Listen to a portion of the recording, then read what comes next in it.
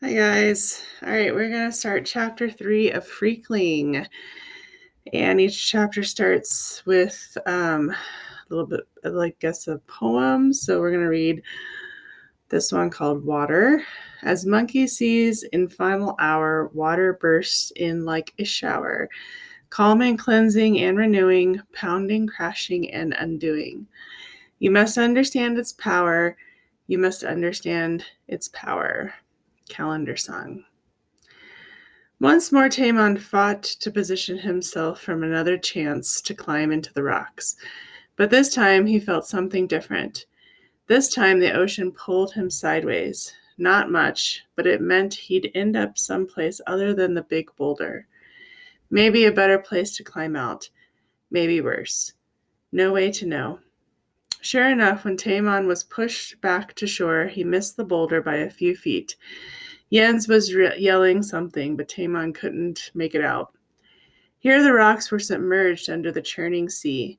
He couldn't see them, but he could feel them scraping his knees and shins. He had to find someplace safer. In the rocks, he could see that there was a gap that caught his eyes. Maybe that would lead to a way out. He tried to aim towards it. It worked. Tamon reached the gap.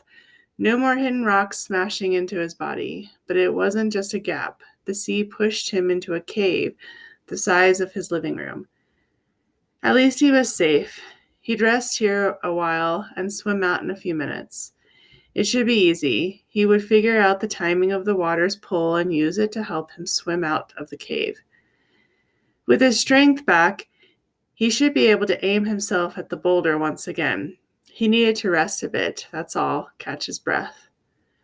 Tamon waded through the shallow water to the back of the cave and found a ledge that he could sit on. The water was up to his waist. As his breathing slowed, he looked around at this strange hidden place. Sunlight poured in from the opening and reflected off the water through beams of light in various directions of the cave walls and created rippled rainbows.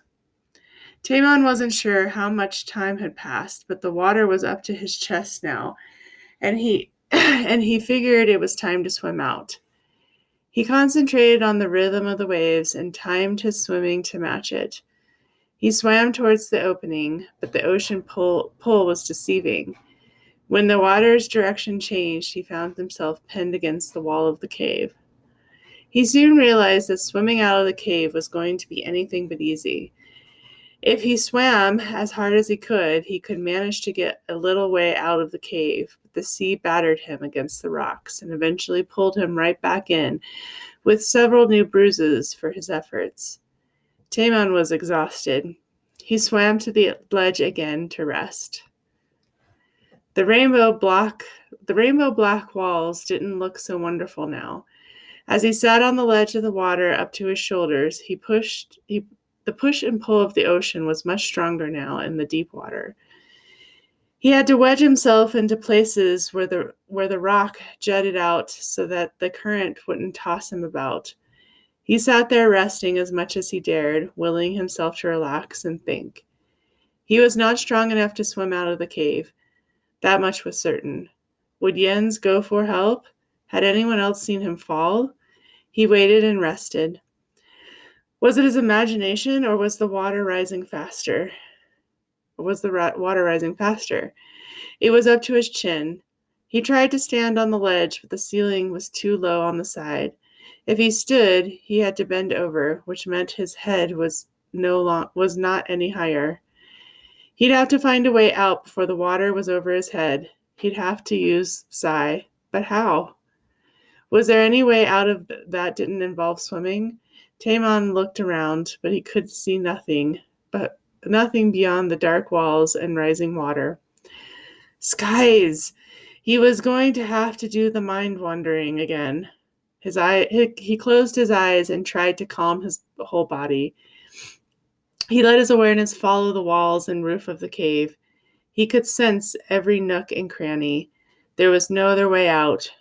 Time to change tactics. He tried to stop the rise of the water, which worked for a little while, but the efforts quickly exhausted him. He tried pushing the ocean water back out of the cave, manipulating rocks to block the opening. Anything he could think of to buy more time. But Sai had its limitations. Everything Tamon tried to move was just too heavy.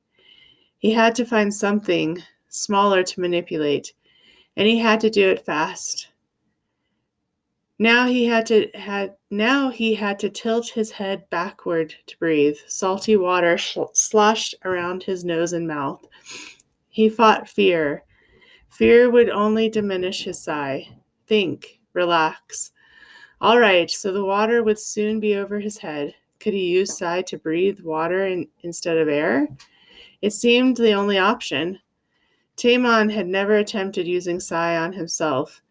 He'd heard plenty of stories of people who had done such things, and the results were always harmful, often fatal. Healers knew how to do certain things for the body, but even trained professionals would never attempt Sai healing on themselves. It was way too risky.